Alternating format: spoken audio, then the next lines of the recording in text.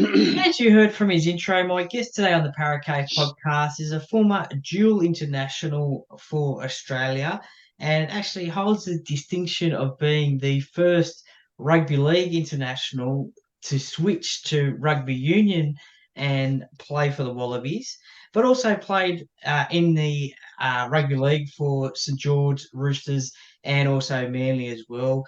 And and also play for the Brumbies, the Reds as well in the rugby union as well as Australia. Welcome to the Paracave podcast, Mr. Andrew Walker. Oh, thanks for having me, Troy. By the way, that is the first Indigenous dual international. Well, there you go. There you go. Yes. Another high distinction there as well. A Mhm. massive high distinction there. So congratulations on that one as well. Thanks for having me on the Parramatta Cave podcast. Not a problem. Thank you very much for joining me today. Now, growing up on the south coast of New South Wales, was it rugby union and rugby league that you liked to play, or was there other sports as well? It was a little bit of both actually. Like we played league on the Saturday. Oh shit! Oh, where? There goes my light, Troy. Sorry. Oh, you're right, mate. All good. I'm just out on the farm at the moment and just kicking back and relaxing. Yeah, nah, that's good. Yeah, just getting away. Getting away from it all. Ah, nice, nice. Yeah. Sorry about that. Oh, you're right. All good. Where All were good. we? Yeah, so growing up on the south coast, was rugby union and rugby league the sports that you played, or was there other ones as well that you enjoyed playing and watching as well? Well, there were many sports from there. You know what I mean? Like, but I really got attached to probably rugby league because of the family. I'm the youngest of 13 in mine. Yeah, wow. One actually played for Canberra, Alfie Walker, Okay. and he was a bit of an idol. So that's why I sort of followed suit for the family with all rugby league. And believe it or not, we're all Parramatta supporters. Oh, wow. Okay. Yeah. Yeah, because from where we are, where we're from, Bombard area, like Yeah. it was the blue and yellow. You know Yeah. what I mean? But we were the blue and yellow swamp rats or tigers. Yeah, Oh, back then. nice. Yeah. Nice. Who were some of your favourite Eels players back in the day? Oh well, there's only one. There's only one come in consideration. That's the goal kicker, yeah, Michael Cronin, just down the road. You Yeah, know what I mean? for Like sure. he was a bloody idol to everyone. Yeah. Yeah. Yeah, no, the Crow, great So that's how player. that's how I managed to play rugby league on the Saturday. Then on the Sunday, kicked it off. You know what I mean? I don't know, kicked it off with a bloke called Peter Phelps, a really great bloke. Like God bless him. You know what I mean? Like he's the first person that even taught me rugby. You know what I mean? Okay. And that's where my rugby sort of started. And I ended up playing basketball during the week. You know what I mean? Like Wednesdays. So I was sort of active in probably well 3 days 3 days a week. You know what I mean? So Yeah. so that's why I've become probably really competitive and really one of the greats, I think. Yeah. Yeah, no, for sure. Well, um, he actually came to Sydney and I believe he played for the Galloping Greens, Randwick, in rugby union. And he also played alongside the now Wallabies coach, Eddie Jones. How did Eddie go as a player? Oh, believe it or not, I'll tell you what, Eddie was a great player. Like Yeah. he was a cheeky hooker, like always, small. You know what I mean? Like he was one of them kids that really, you know, always got picked on at school. But lucky he was a school teacher. So so that's a good thing about it. Right, puppies. Yeah, so that's a good thing about it. But that's where I first started my career. Right, Gracie. Right. Sorry, got dogs barking everywhere here. I've got All 7 of them, good. believe it or not, Troy. Farm life. Yeah, I got 80 acres. I'm just about to build a log cabin here. Oh, So no.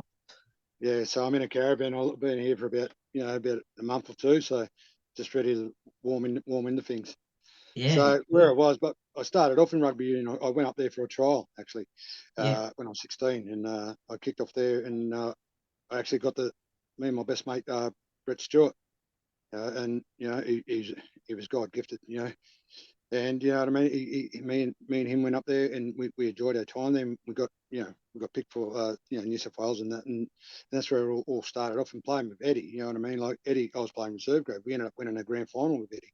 Yeah. You know what I mean. Like I was only 16 years of age playing. You know, I played first grade all that 1 year. Noxie come back. You know, God bless him, and David Knox, he come back from overseas and won him the grand final, and we won our grand final. And I come back reserve grade and played with Eddie and John Flett. So Did they were two sort of great players, but playing with the Lloyds of the likes of Lloyd Walker outside you teaching you, and plus you had Campese on the wing, and we had Peter Jorgensen, we had Scotty Barker in the centres. And so it was a really good combination. So we had Campo at the back, just barking direction. So it was a pretty good lethal, team to be in, part of. Oh, yeah, no, for sure, 100%. Do you think Eddie is the right coach for the Wallabies right at the moment as they head towards the World Cup? There's no doubt in the world. But who would you pick over Eddie right now? You know what I mean? Like he's back home, like he's done his time or whatever criticism what he done before. You know what I mean? Everyone pays their dues and everything else, but he's the coach right now. I believe. You know what I mean? I believe he's he's spoken to Steve Hansen to come and just come into camp and just to give him Yeah. probably direction, not so much guide the boys, just give them direction in a World Cup and on what methods he has and what methods Eddie has. You know what I mean? I reckon that'll be lethal potent. Like everyone's criticising Eddie at the moment, 4-0, but that last game, like wow, you know what I mean? Like Yeah, that's a great stepping stone, and everyone's punishing a young side that hasn't played together as a World Cup team. So that's right. I think Eddie is the motivator and not so much the head leader. Like he's taken. I believe Eddie's taken all the criticism for the young blokes. So that's great because Eddie's used to that. And I think with the World Cup coming up, I think it's going to be electric. I think you know what I mean. Who knows what can happen in a World Cup? That's right. That's right. Anything can happen, and we certainly wish them all the best in the World Cup and representing Australia on the biggest stage in rugby union. Why the switch to rugby league then in '92? Who convinced you to come over to rugby league?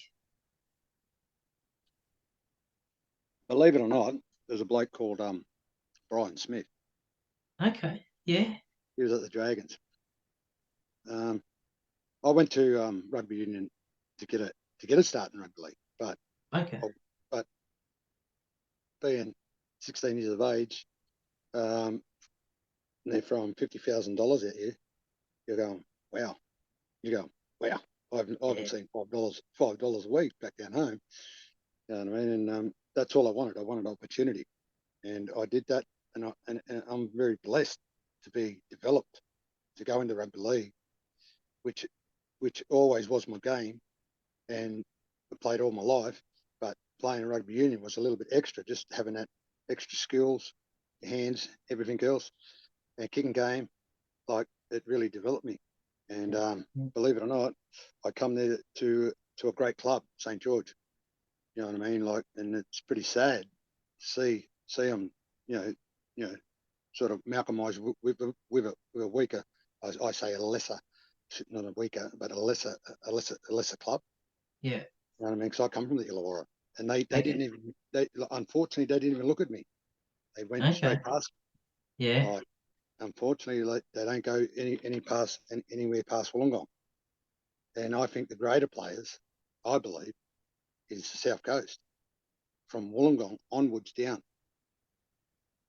Like and that's where I see a tragedy for rugby league and down there. Why did they have to do that when they didn't look any further? So that's how I started in rugby league, and I went to two great clubs. Like I went to three great clubs actually, I believe, in my life. But I was kicked off at St George. I had an opportunity. I signed for 4 years. Believe it or not, I went 3 years. I played first grade in my third year. I was the first bloke being sent off, being the 6 months head eye down in Canberra. Yeah. Wow. So that was sort of a bit of a bit of a hump, it sort of slowed me down a bit. You know what I mean? It put me in a backtrack, and I played reserve grade after that because I really had Tony Smith in front of me, his brother, Okay. Yeah. Yeah. and also I had Phil Blake, like he was my idol. Yeah. Okay. Yeah. I come there, and he was my idol, and you know, and I had the likes of Peter Coyne, like he was a great player. You know what I mean? Like before then, you know, and I believe if he would have stayed on longer, I reckon St George would have won probably 4 grand finals with him. So that was my belief back then. But you know what I mean? But I couldn't get a crack, so I went I went I went back home. I had 1 more year on my contract, so I said no. Well, I really don't want to play football because I can't get a first grade start. Okay. So Yeah. I went back home. Next minute, Arthur Beetson knocking on the door. Yeah. Wow. And I was lying in the room. Mum's going, son, get up. And I'm going, what do you mean get up? Arthur bloody Beetson's at the door. Your Yeah. legend, get out the fucking door. You know what I Yeah. mean? Wow. I'm looking at her, I go, Mum, stop bullshit, stop lying. You know, she come across and grabbed me by the hair and get out that fucking door right now. So I went, yeah, right, and it was him. And I Yeah. went, wow. I went, Beetson, what are you doing here, mate? He goes, oh, mate, I heard St. George don't want you. I want you to come to St. George. He was at Sharks. He said, I'll come to the Sharks. And I went, yeah, all right, I'll put my hand up straight up. Next minute, as soon as the Dragons sort of went, yeah, found out about it. They said, oh, well, Andrew, chew this last contract out, but I couldn't. So Okay. there was a great swap between myself and the Roosters with Jeff Orford. Jeff Orford, the winger. Oh yeah. Yeah, so that was completely swapped. And Gus was going, wow, what a swap. You know what I mean? And so Gus was biting out the bit, going, "Yeah, get him here." So I thank Gus for giving me an opportunity. You know what I mean? To play first grade. That's all I wanted to do, opportunity, and I got that. And I excelled playing with some great players, with Brad Fittler, and Adrian Lamb, Luke Ricketson. You know what I mean? And Dave Barnhill, Scotty Yep. Gourlay. You know, when Yeah. they come, like a great connection. Like I had that connection with them, Dave Barnhill and Scotty Gourlay when we went to the grand finals, 92, 93 against the Bronx, unfortunately. Great, a great team, but you know what I mean. Like we were a good side too. So Yeah. that's how it all started for me. Yeah. Well, I had Brian Smith on the podcast a few weeks ago, and it was a really interesting chat. And I messaged him and I said that I was talking to yourself, and um, he said that you were one of the most talented players he's ever coached, and also you've grown into a great father and a man as well. What do you think when you hear those sort of comments? Well, I don't say they're a lie, really. You know what I mean? Yeah. Like, because that's how people know me for, I suppose. You know what I mean? If you said that, and I believe that's what I am because what I do, it's all about giving back. You know what I mean? Like at the end of the day, like I had an idol like Michael Cronin. You know what I mean? And actually, he actually shook my hand. You know what I mean? He shook my hand, and the best player come from Gerringong, I believe, is Roy Stewart. That's Okay. my uncle. Yeah. I reckon he was the best. He was the best winger I've ever seen in my life. And I thank him. God bless him. You know what I mean? Because he taught me everything about football. Okay. So, and that's how I got the idea and the passion to play this wonderful game that I reckon the video refs destroying. I believe that's me. But yeah, besides all that, but that's how that comes about. You know what I mean? Like playing footy is just it's someone gives it to you, you got to give it back. Yeah. And and, and I think teaching a person that loves his craft is dangerous in this game, especially Indigenous, because that's why we have to bring back the Andrew Walkers, the Matty Bowens, JTs, excite the game a little bit, Yeah. because I love football, but I hate watching it Okay. because Yeah. Do you watch much these days, or little bits, or why when I know what's going to happen in a yeah? game, every week in week out, It, we're going up two for a hit for a blocker. Please, come on, yeah. let's play football. Let's play. Yeah. We're not robots. No, because you were known as one of the best. What would you say? Eyes up footy and Well, natural we play instinct footy. play. We actually play footy. We play footy. What's presented to us. That's how I see football. Yeah, Like if there's a weakness there, or if they're short there, why don't we take that? Why do we have to go back into Craig Bellamy's structure? yeah, I don't know. Like I don't know football. I've asked you. yeah, yeah. Oh, look, I mean, I agree. I mean, if you see something different out on the field, then obviously, yeah, you should take that opportunity, and because you because don't know what can happen with To it. me, Troy, that will make a player or break a player. But in the end, it'll make a player because every time we got to learn from our mistakes. Like it's life. It's a life lesson. You know what I mean? But these days, it's too much raw bigness and raw and not a raw talent. Yeah, It's big, muscles, brains, everything. It's got the family background, but no electricity behind it. If you understand me. yeah, yeah. Yeah. Well, just speaking of the current game, who are some of your favourite current Indigenous players in the game, Oh, my foreign, my past. or No. past and present? Well, you can't go past the trail. You know what I mean? Right now, you know what I mean? Like the trail's a man. If he just plays footy, but there's something going on there. We've got to dig a little bit deeper. You know what I mean? We've got to just dig a little bit deeper. What's going on inside the trail? Because he's a leader. He's a leader now, and and it's very sad that they've got all these prodigies and protocols in there, and they're not helping this man. You know what I mean? Like it's very sad. Like back in my days, I wish they had what they had. Yeah, You know what I mean? But now I really find it sad because everything's in order for everything, and there's nothing going to be said because I'm very sad. Why was that in the paper? You know what I mean? For him to have a weekend off. You know what I mean? And that brings it up. Like there hasn't been said anything said about his last trial. Do you know what I mean? About being threatened, about his own life being threatened. Like there hasn't been anything said. It's been a slap on the hand. Like this kid, like have a look at that. They're talking about South on the weekend, the trail. What was that kid that passed away? What was that? Kyle Turner. That's right. Yeah, have a look at that. Like that's you don't know where the state or the trail is at right now. Like someone like his manager should have stepped in. I say Matt Rose or the Roses should have stepped in and said, "This is what's going on," telling everyone because I understand the media. The media don't understand everything. The Yeah, media consume. That's their job or business or their likes or their realities, whatever they like in that life. You know what I mean? yeah, So they don't know what reality really is until you see it. Like that kid can like, what if he does something? You know what I mean? That's my first concern. Like that's my first honestly concerned about this kid and many more to come with it because there is, I think there is Indigenous like a protocol in there to help these kids. I don't know, Troy. This is yeah. where we need to dig a little bit deep because I spoke today with Tony Adams Okay. about it, and we're trying to resolve something out of it because we don't hear nothing about this kid. Like understandable, he's got great managers, but what are they in it for? Are they in it for the money or the inside of a person?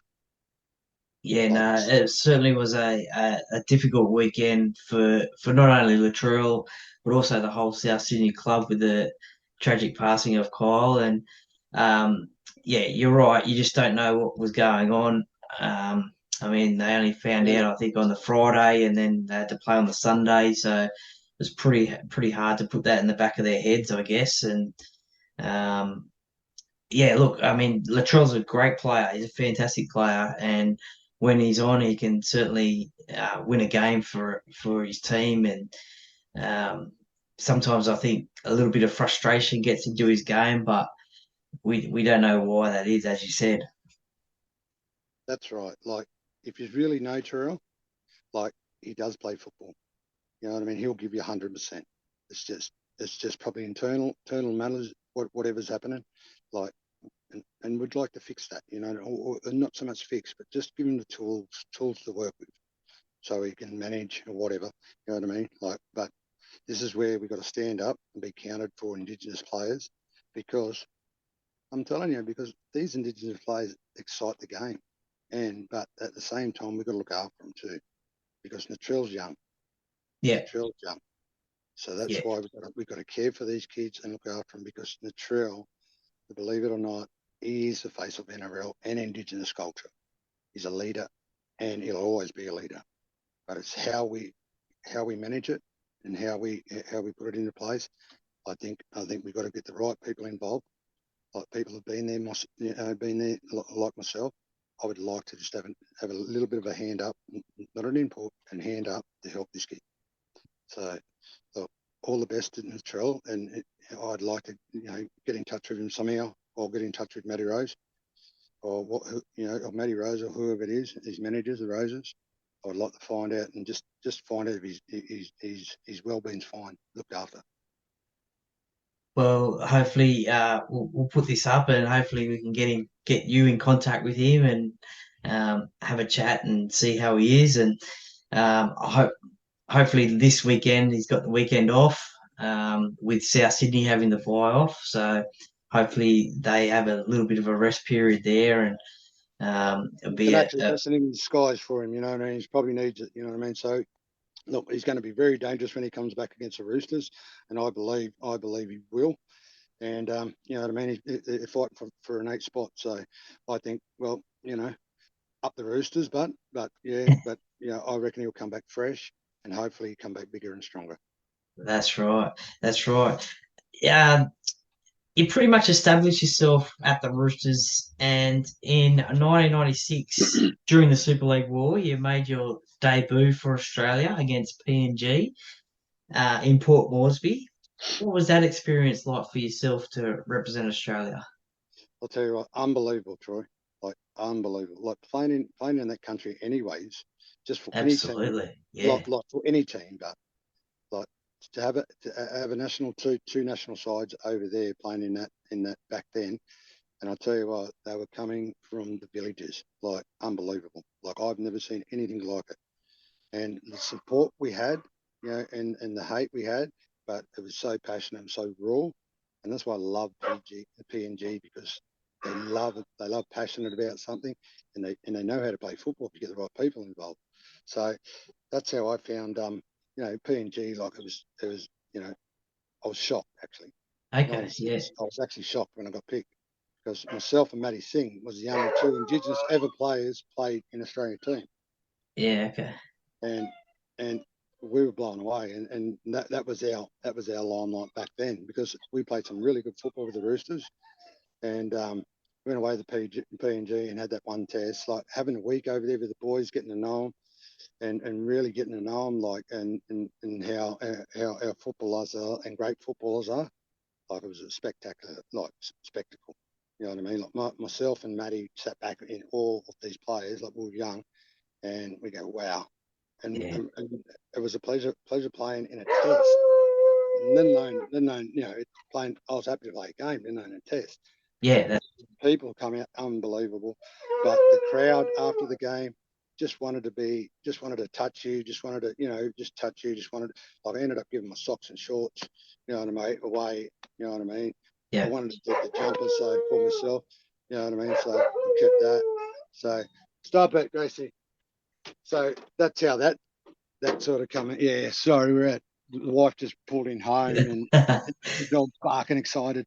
So yeah, Gracie.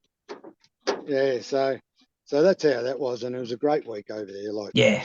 just mixing with the public, and the community, and everything, and having a look at the country was unbelievable. Like the way they presented themselves, and the way they come into sort of, you know what I mean, a grading sporting club over there. Yeah, no doubt. I mean, it's their national sport, and maybe one day they might have a team in the NRL. We'll just have to wait and see. Yeah, Um, yeah, they will soon, I reckon. yeah, it'd be great to see, I think. Abraham Um, on board over there, I believe. yeah. Former Joey Grima, former Parramatta official and player back in the day. He'd been at Parramatta for 30 years. He's going over there to head up the pathways and um, really help them get that side into the NRL. So be good to see. As I said, uh, the test was played in '96, and that was in the middle of the Super League period. Was that a difficult period for yourself, or an easy period? Because it was No, a look, strange time, wasn't it? it was like it was sort of a very strange way of playing, like football, not playing with against the whole 16 teams. It was because Gus, he was ARL.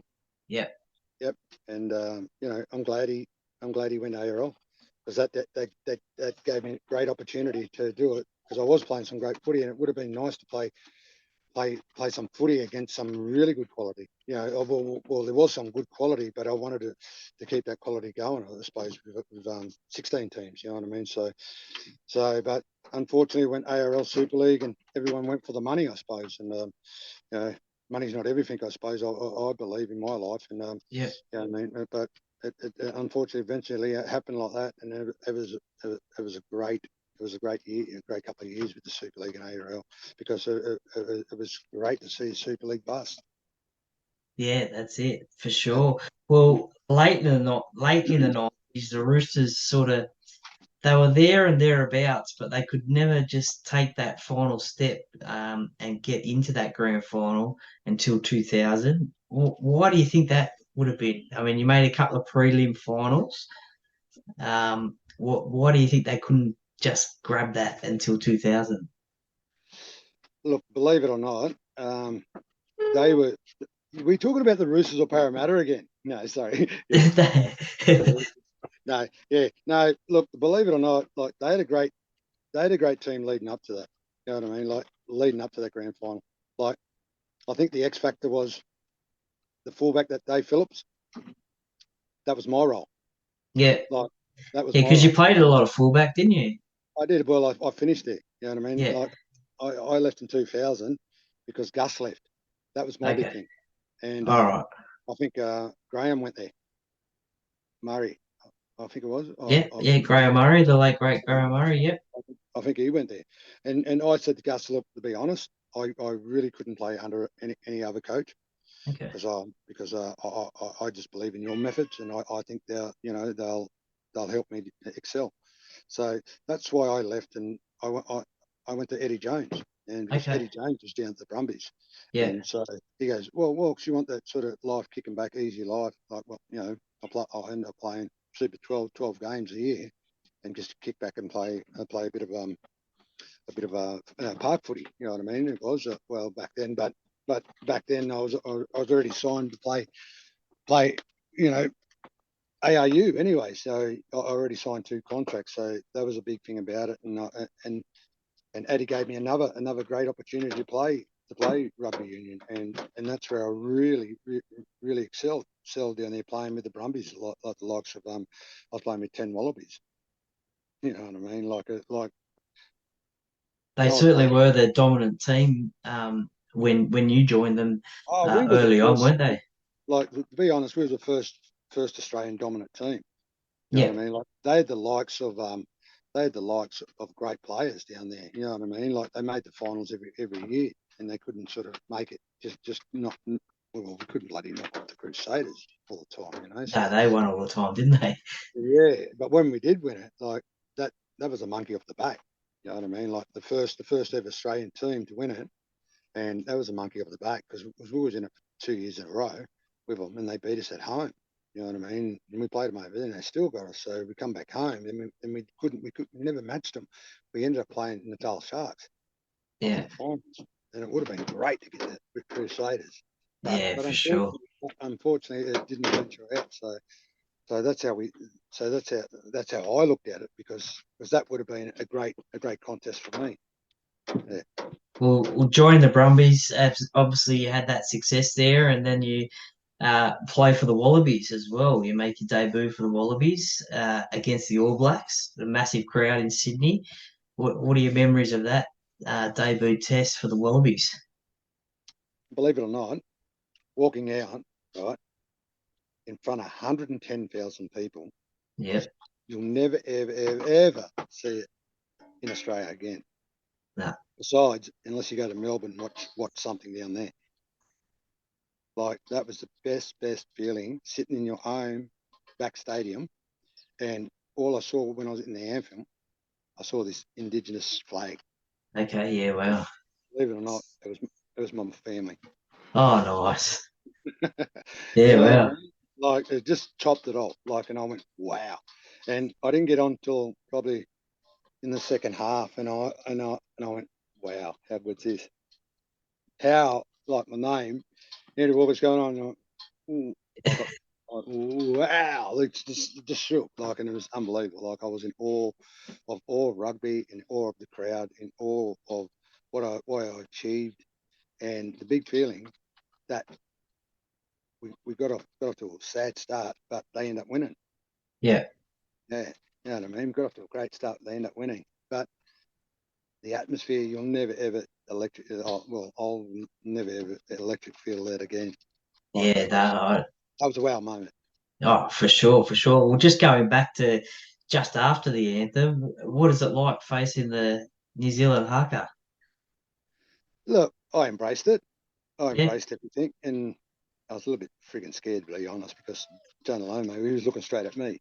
And I went, no, please don't. And, but it was a bit of a sense of a bit of war on behalf on cultures, Yeah. like, bring it on. And John Alome was the best. And I reckon, and I said to myself, well, if I get around John Alome a few times, don't you think I'm the best? That's how I looked at it. Yeah. Yeah. And So did that's you? how I looked. And I think I did a few times, but there was one time, I'll tell you what, I gave him 10 metres, and I will never, ever give John Alome 10 metres. My cat took out. It Yeah, wasn't okay. like my cat, but I was a speed hump for Griggs to get him. Yeah. But I'll tell you what, I said, no, we'll never, ever make that mistake.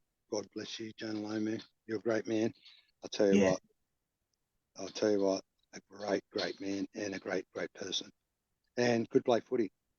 And you know what I mean? Like, challenging your playing your best, the best player in the world, and challenging your best. Like, I tell you what, if you're coming on top of that, above that, you know what I mean? I think, everyone says he's the best. You got to be number two or number one, surely. Yeah. So, I always believed anyway. So that's why I enjoyed my times at both experience of the games. You know what I mean? And that's why I excelled. So I enjoyed every sport, but as well. Were But the were the All Blacks the toughest rugby union opponent? Because you won a series against the Lions as well, and you played South Africa as well. Were the All Blacks the toughest? because there was always we when I was playing, we were number one. All Yeah. Blacks were chasing us, because I don't know, it was just the way it was, how we played the game back then. It was a running game, so that's how we were on top. And they were number two. They were chasing us, and I think they developed over a few years to become number one. But Okay. Yeah. after after after some great coaches fell away, like Rod McCall, you know what I mean, like a great coach. Like, he won us he gave us direction how to win the Lions Yeah. test. You know Yeah. what I mean? A Cook Cup, like, shit. That's a great feeling holding, the Cook Cup. You know what I Yeah. I mean? Like, think it's they're something. coming out. I think next year or the year after. I think the Lions. And and plus, you'll never ever see a side that will, like, in that team, like that again, beat beat a great British Lions side. Like, they were red hot. They were red hot. They had Diallo, Martin Williams, Neil, everyone, like, and the backs alone. They Wilkins, what's his name?